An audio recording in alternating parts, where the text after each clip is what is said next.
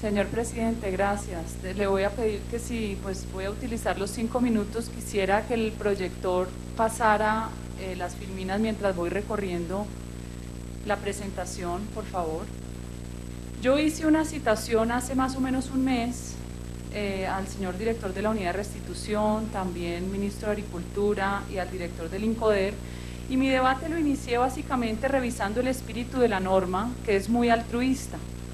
La norma dice que hay una necesidad de saldar la deuda histórica, social y jurídica con las víctimas del despojo con ocasión al conflicto armado a partir del año 1 de enero del 91. Y también habla que se crea un nuevo orden jurídico, una nueva institucionalidad que le apuesta a un ideal democrático de restablecimiento de derechos. Yo señalé que iba a demostrar, como en efecto lo hice, que esta ley no estaba cumpliendo su propósito y por el contrario se había convertido en una estrategia más de despojo, dejando sin su único patrimonio a todo aquel que tenga el infortunio, como lo vimos aquí con estas dos víctimas, de ser sometido a una aplanadora que desconoce la igualdad de derechos frente a la ley, que soslaya el principio de la buena fe como pilar del contrato social y que desaparece la presunción de inocencia como logro del derecho penal de las sociedades libres.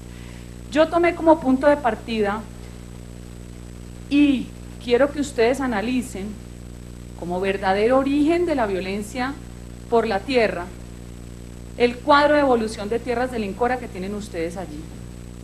Allí pueden ver ustedes en azul las compraventas que realizó el INCORA, en esos círculos rojos que están años 60 y después hacia los años 80. En los años 60 las compraventas fueron de 250.000 hectáreas.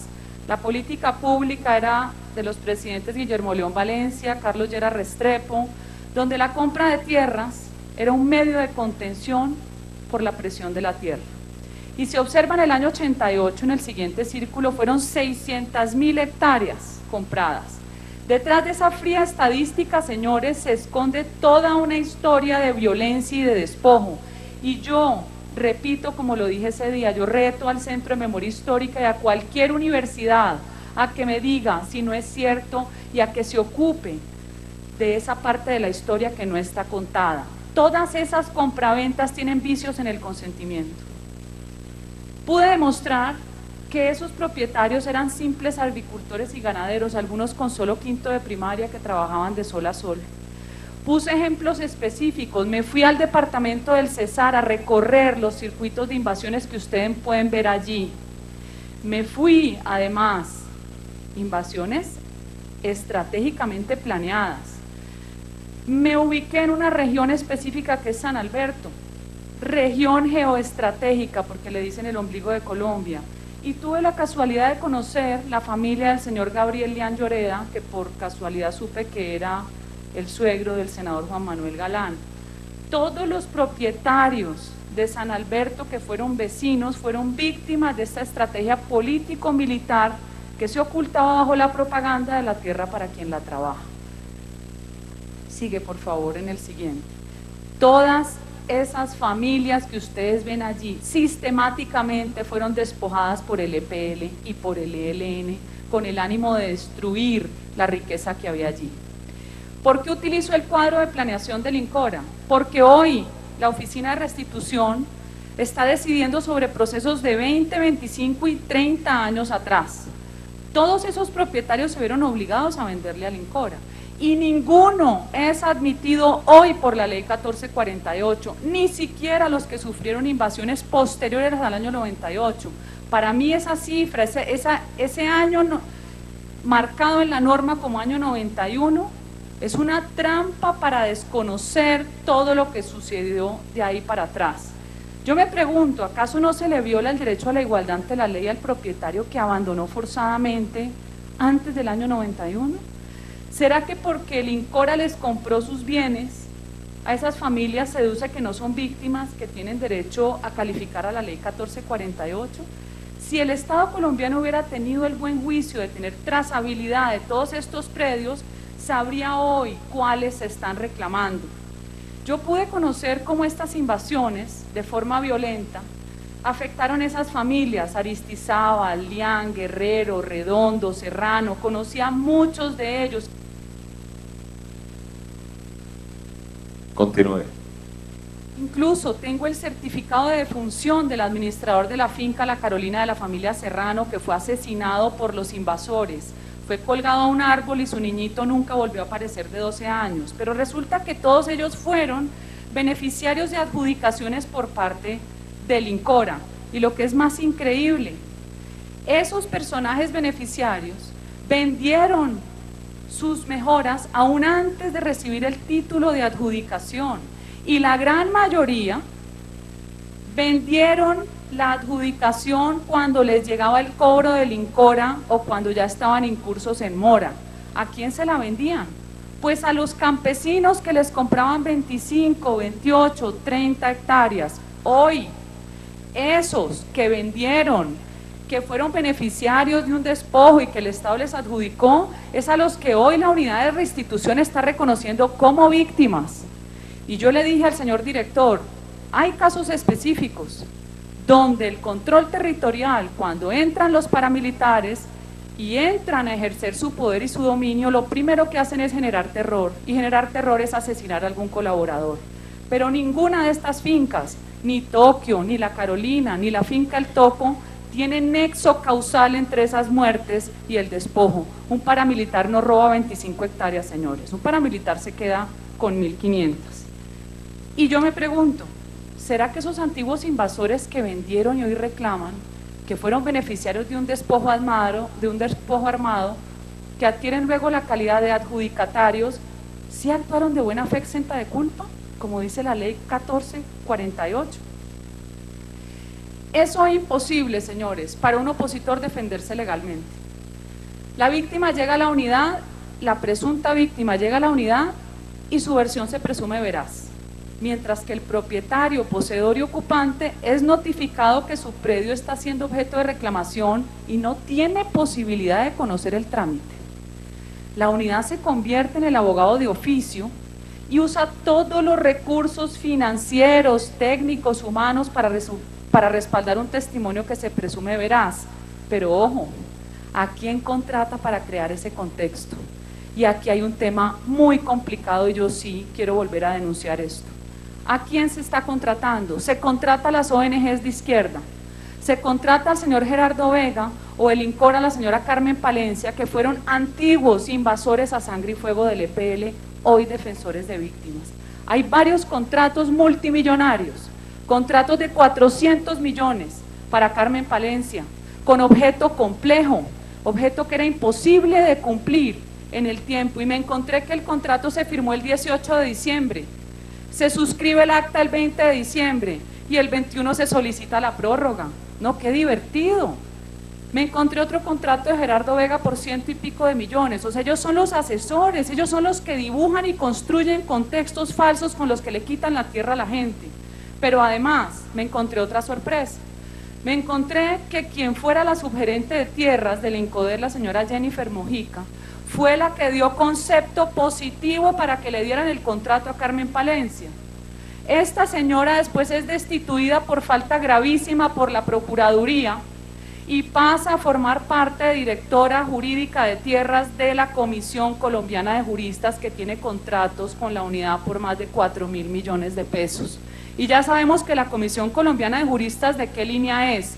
Y aquí también me atrevo a contar que Carmen y Gerardo han sido señalados de participar en invasiones de tierras en Urabá, especialmente la finca Guacamayas, que su video está en mi página de internet, que es un video terrorífico. Ahí está el pobre administrador de la finca ensangrentado con los brazos partidos. Así quedó la finca. Y quiero contarles, año 2012 ya la Corte Suprema de Justicia había señalado que eran falsas víctimas. Miren las camionetas de la UNP, miren el representante legal de Tierra y Vida, que está allí, el señor Carlos Páez Díaz. Todas estas fotos fueron tomadas el día de la invasión. Eso es garantía, señor director. Pobres opositores, tenerse que enfrentar a un Estado como a la señora de la blusa de la camisa blanca, a quien conozco, La señora de la camisa blanca, llegaron 400 policías del ESMAD a sacarla a ella con sus 2 niñitas y más de 100 funcionarios. Una burocracia que parece es una aplanadora, quitándole los derechos mínimos a un ciudadano. Para concluir, para mí es muy extraño que la unidad no utilice las fuentes que le da el mismo Estado. La unidad no utiliza la unidad de justicia y paz para que le diga si hubo despojo o no. No utiliza el batallón, no utiliza la brigada, no utiliza el ejército. Al pobre campesino, además de quitarle la finca, le dicen que cometió una lesión enorme, porque el predio hoy vale mucho más plata. Le toca a ese campesino que compró al bandido adjudicatario ir a buscar al propietario original o a sus hijos para que le den el avalúo de la tierra que se la compró el INCORA. Fincas como la del señor Serrano, que valía 1.000 millones de pesos, fue comprada en 207 millones. Si usted divide eso por el número de invasores, le da el valor que valía la parcela. Pues resulta que el Estado no conserva ningún archivo del valor de nada y somete a ese pobre campesino a una tortura para demostrar que es de buena fe. Solo el 5%, señores, de esas 1.000 sentencias ha sido el campesino o el opositor reconocido como de buena fe exenta de culpa. Es imposible poder cumplir con esa normatividad. Yo he recibido muchas denuncias. He recibido denuncias de cómo el director de Montería al parecer ha incurrido en falsedad por poner una huella falsificada y una firma fraudulenta de un campesino analfabeto. He recibido denuncias de cómo los campesinos por el miedo van a inscribir predios que vendieron y que vendieron bien. Así las personas terminan vinculándose al programa de restitución y la unidad se encarga de moldearle los hechos bajo el concepto del temor, para encuadrarlos en un contexto de violencia generalizada. Esto sigue pasando. Para finalizar, miren, esto no tiene segunda instancia, y a mí sí me perdonan, pero esto es una violación de protocolos internacionales de debido proceso. La unidad se demora 4 meses y el opositor tiene 15 días para contestar a veces procesos que tienen 15 páginas. Si se está gastando la unidad 200.000 millones de pesos, ¿no es más fácil compensar al que le quitaron que despojar al pobre que no tiene nada que ver? Es inaudito que hoy nos hayamos devuelto 200 años en el derecho que tenemos y decir que es que esta nueva institucionalidad es digna de exportación. Ya voy a terminar. Hay zonas microfocalizadas, doctor Sabogal, como la zona sur de Urabá y Catatumbo, y hay evidentes problemas de restituciones promovidas por ONGs, donde hay invasiones y se están hoy confrontando en terreno los invasores con los habitantes tradicionales. Están obligando a que las juntas de acción comunal no se reúnan y sean adscritas a consejos comunitarios. Y aquí voy a denunciar directamente una organización que se llama ASCOA, adscrita al CINEP, y también al señor Borlin Valencia, quien es representante legal de la Larga Tumaradó, quien se dice que está presionando a los invasores para registrarlos a votar en la alcaldía de Rociuso Chocó, donde su hermano va a ser alcalde. Para finalizar, o está de candidato a alcalde, hay una denuncia, doctor Sabogal, y me llegó una foto donde aparece usted en una celebración y a mí sí me da mucha preocupación. El 3 de septiembre en las instalaciones de audiencias de los juzgados de restitución de apartado usted entregó 23 demandas y selló su propósito refiriéndose a ellas como una estrategia paramilitar en unas y de despojos en otras. Usted estaba sentado al lado del juez primero de restitución. Eso no es ninguna garantía de la división de poderes. ¿Qué puede sentir un opositor metido dentro de uno de esos procesos?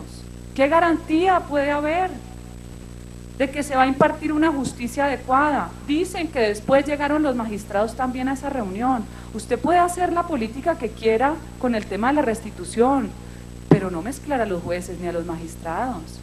A mí eso me parece muy delicado y me parece que aquí vamos a tener que considerar hacer reformas serias y evitar que se sigan sucediendo las injusticias de hoy. Muchas gracias.